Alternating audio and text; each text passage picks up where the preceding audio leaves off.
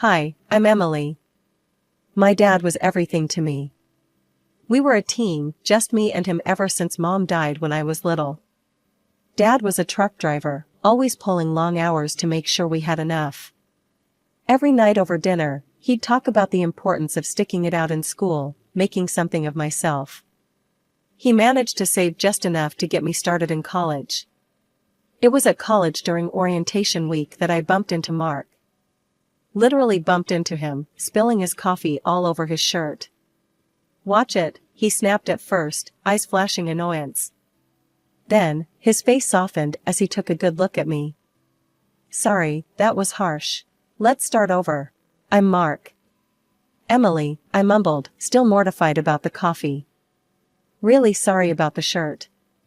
"It's just coffee. No harm done," he laughed, waving it off.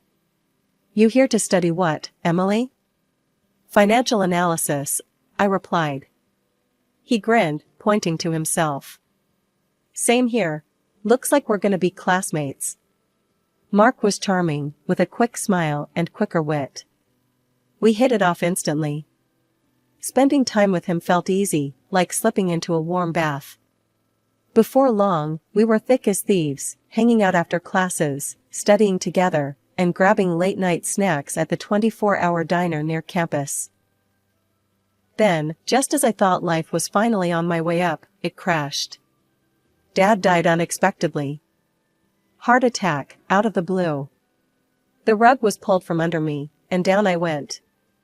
There were no savings, nothing but the apartment we lived in. College funds? Gone. My world, my plans, all up in smoke. I was lost, but Mark stepped in. One evening, a few weeks after the funeral, he came over with a six-pack and a takeout box from our favorite Chinese place. We sat on the worn-out couch in my living room, surrounded by Dad's old books and pictures. "What about moving in together?" Mark said, his voice firm. "You know, cut down on expenses. We could make it work." I stared at the floor, not sure what to think. I don't know, Mark. I can barely afford to keep this place. Listen, we get married, move in here together. I'll keep studying, you work for now, and when I'm done, it's your turn. I'll support us then," he proposed, his eyes earnest. The idea sounded crazy, but there was a sincere ring to it. Maybe it was the grief fogging my brain, or maybe it was the desperate hope fluttering in my chest, but I nodded slowly. "Okay, let's do it. But promise me, when you graduate, it'll be my turn." "Promise," he said, reaching across to squeeze my hand. We got married 2 months later at a courthouse, with a couple of Mark's friends as witnesses. Dad's apartment became our home, our little island in the storm. My days blurred into nights as I shuffled between 2 jobs, just to keep our heads above water. By day, I was slinging coffee and plates at a bustling cafe, and by night, I sold pastries at a local bakery. Exhaustion became my constant companion, but quitting wasn't an option, not with Mark buried in his textbooks and our bills piling up. Mark's study schedule meant he was home a lot. You'd think that would make things easier, but it didn't. He had his finals coming up, and the stress turned him into a bear. The smallest thing set him off, especially if dinner wasn't ready when he expected it. One night, I came home later than usual, my arms aching and my feet swollen from the long shifts. The house was dark except for the flicker of the lamp over Mark's study table. I dropped my keys on the counter and winced at the noise. Almost instantly, Mark's head popped out from his books, his brows knitted in annoyance. "Where have you been?" "I've been waiting to eat." "There's nothing ready?" His voice was sharp, each word like a jab. I sighed, leaning against the doorframe. "I'm sorry, Mark. The bakery was slammed today. I haven't even had a chance to take off my shoes yet." "Well, I'm starving. I can't study on an empty stomach, Em." His voice softened a bit, but the irritation was still there, hanging between us like a thick fog. "I'll fix something quick," I mumbled, pushing past the fatigue. I rummaged through the fridge, pulling together what little we had to whip up some scrambled eggs and toast. Not exactly gourmet, but it was the best I could do on short notice. It wasn't just the stress of our living situation weighing on me. There were also Mark's parents, Richard and Marianne. Both well-educated, well-spoken, and well-off, they never missed a chance to remind me that I didn't quite fit their idea of a suitable match for their son. Visiting them was an ordeal. Their old house was like a fortress of books and high culture. Each room overflowed with literature and artifacts from their travels around the world. The first time I stepped into their living room, Marianne had eyed my second-hand jeans and faded college sweater before offering a thin-lipped smile. "Emily, dear, have you read the latest by Jonathan Franzen?" "Oh, but of course, you've been too busy working your, how many jobs is it now?" Her tone was honeyed poison. Richard was no better. "It's a fascinating treatise on the socio-political landscape of contemporary America. But, let's discuss something simpler." His chuckle was a soft knife, and I felt my cheeks burn with humiliation. I tried to hold my own, to nod along, to throw in a comment here and there, but it was like shooting arrows in the dark. Eventually, I stopped trying. One evening, after a particularly grueling shift at the cafe, I mustered the courage to tell Mark how I felt. "Your parents, they don't think I'm good enough for you, do they?"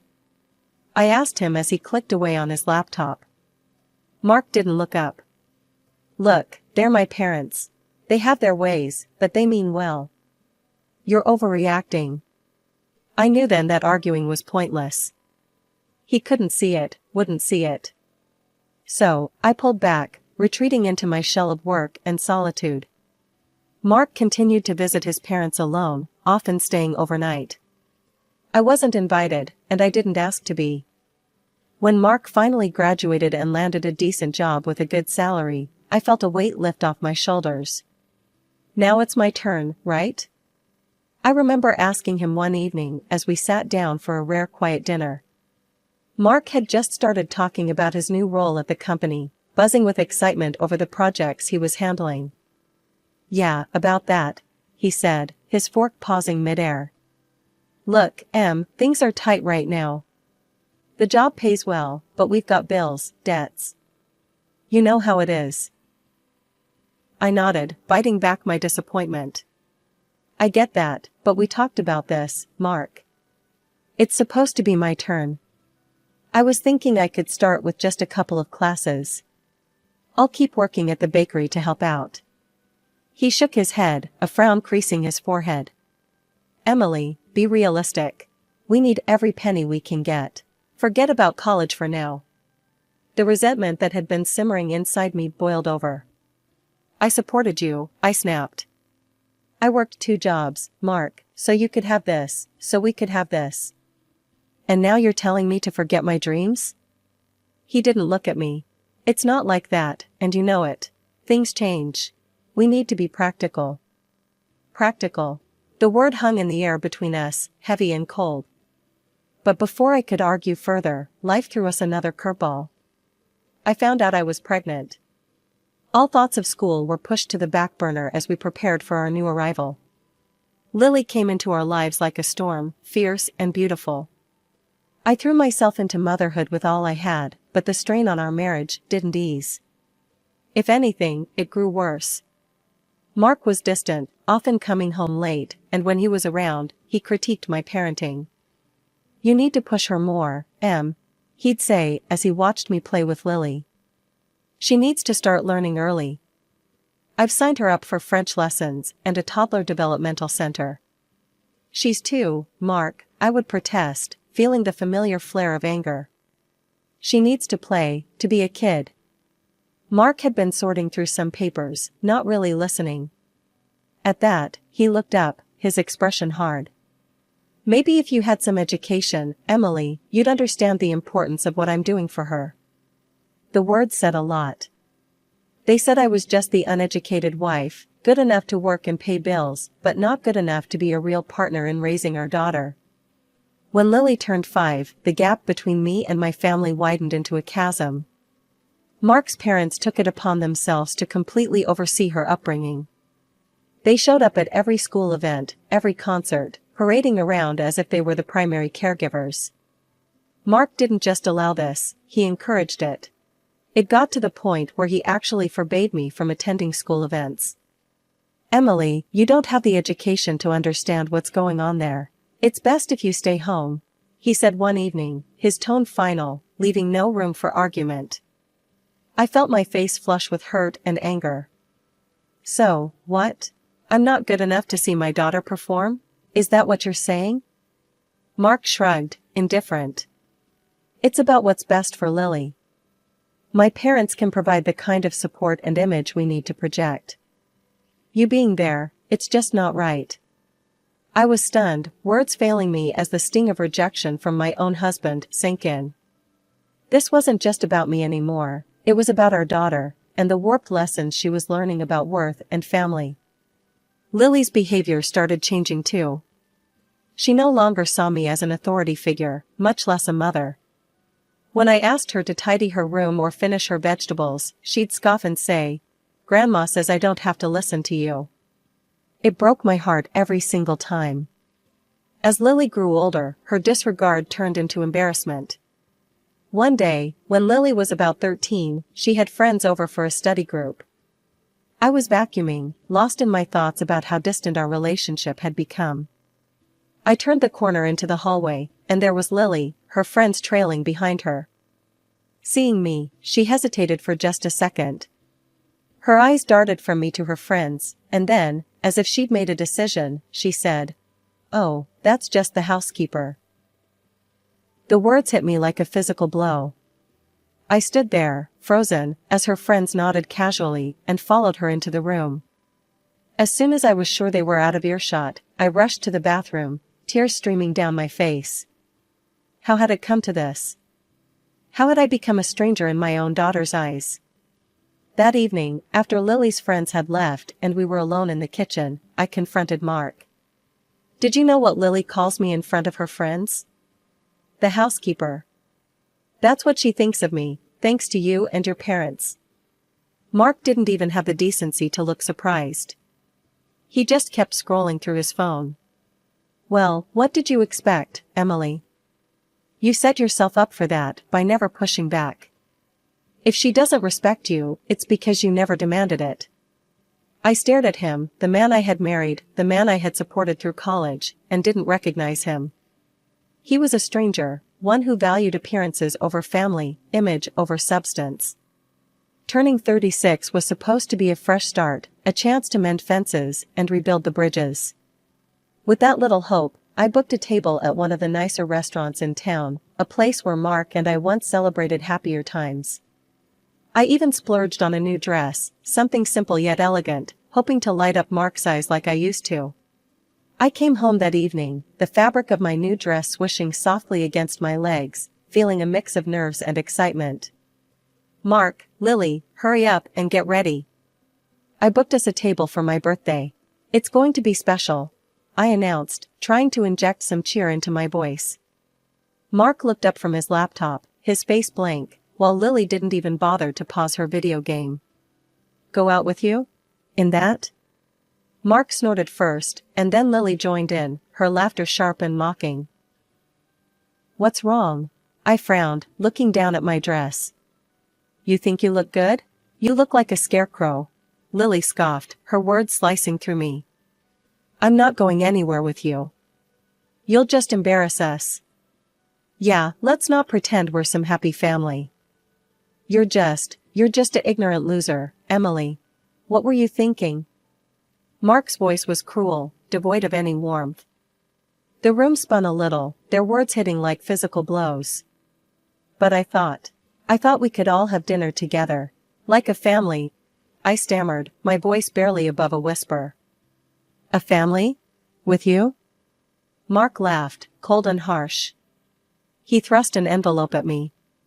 Confused, I opened it slowly. It was a divorce application. "This is my final gift to you," he said, his tone final. I stood there, the paper shaking in my hands. This wasn't happening. It couldn't be. "We're moving out, Mom. To the nice part of town, with Dad." "There's no place for you there," Lily added, her voice echoing her father's disdain. "You can keep this old place." They packed their bags that night. I watched, numb and broken, as they hauled their belongings out of the apartment. Mark didn't look back, his steps never faltering. Lily followed him, her eyes avoiding mine, as if I were a stranger, not the mother who had cradled her, soothed her nightmares, and cheered for every little milestone. The door slammed shut, the sound echoing through the now empty apartment. I sank to the floor, my birthday dress crumpled beneath me, the divorce papers clutched in my fist. The tears came then, hot and unending, mourning not just the end of my marriage, but the loss of my daughter, my family, my whole world. The divorce was a brutal affair, stripped of any dignity or semblance of the love. When Mark sued for sole custody of Lily, claiming I was unfit due to my educational status and financial instability, the courtroom felt colder than any place I had ever been. Sitting there, the harsh lights of the courtroom felt like a spotlight, illuminating every failure I ever thought I had hidden. My in-laws were there, right beside Mark, united in their disdain for me. Richard, with his sharp suit and sharper tongue, didn't miss a chance to emphasize my inadequacies. She simply lacks the capabilities to provide Lily with the environment she needs, Richard testified, his voice smooth and confident. Her lack of education and refinement, quite frankly, it's not up to the standard a child like Lily deserves. Marianne nodded along, her agreement silent but palpable in the tight press of her lips. I wanted to scream, to tell them that love can't be measured in diplomas or bank statements, but the words choked in my throat, strangled by the weight of my grief. When it was my turn to speak, my voice was a mere whisper, barely audible even in the hushed courtroom. I have always done my best for Lily. I love her more than anything, and all I've ever wanted was to make her happy.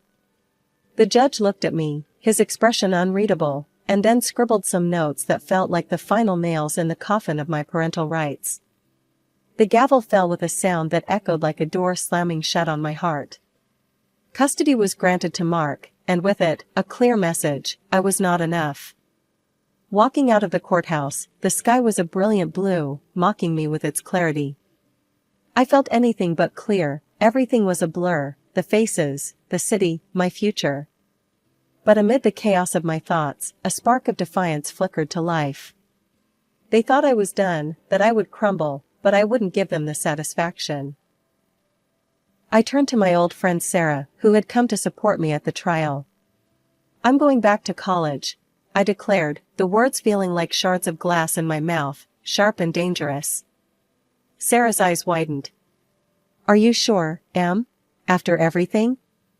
Especially after everything, I said, the resolve hardening inside me like cement.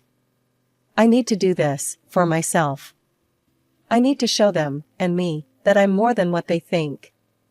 The journey back to college was a Herculean task.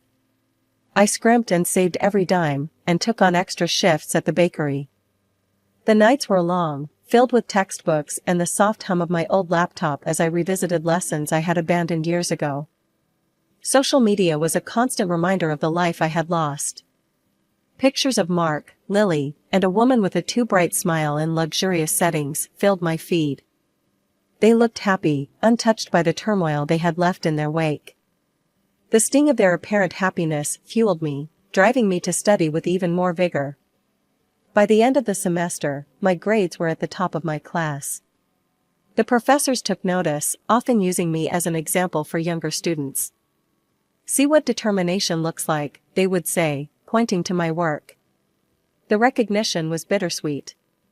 With each accolade, I felt a mix of pride and sorrow. Pride for my achievements, sorrow for the reason behind my drive.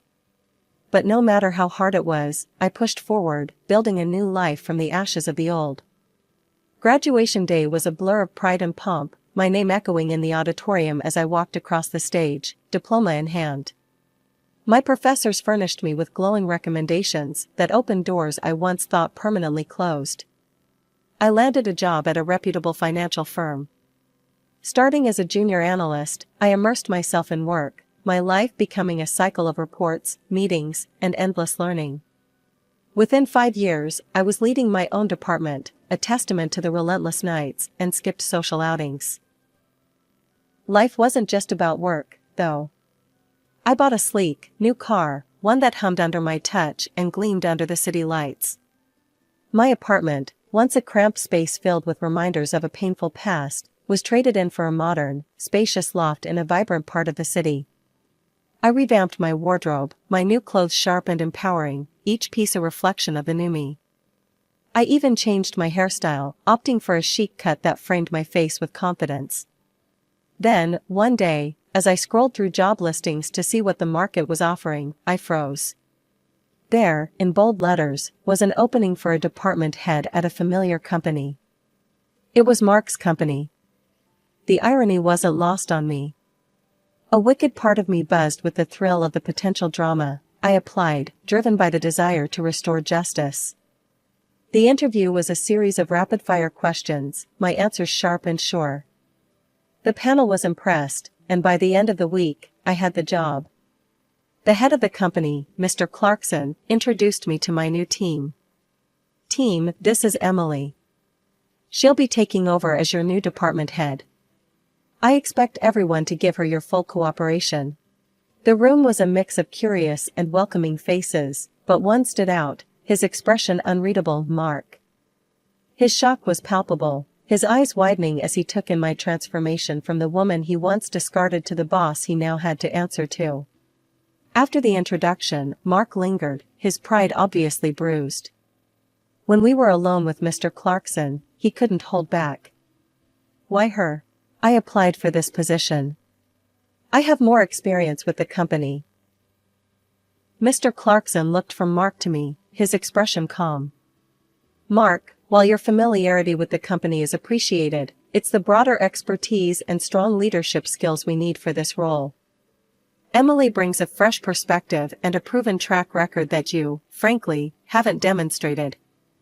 I suggest you learn from her. The words seemed to crush whatever pride Mark had left. He stormed out, slamming the door behind him with a force that echoed through the quiet office. I stood there, the ghost of a smile playing on my lips, not out of spite but out of satisfaction.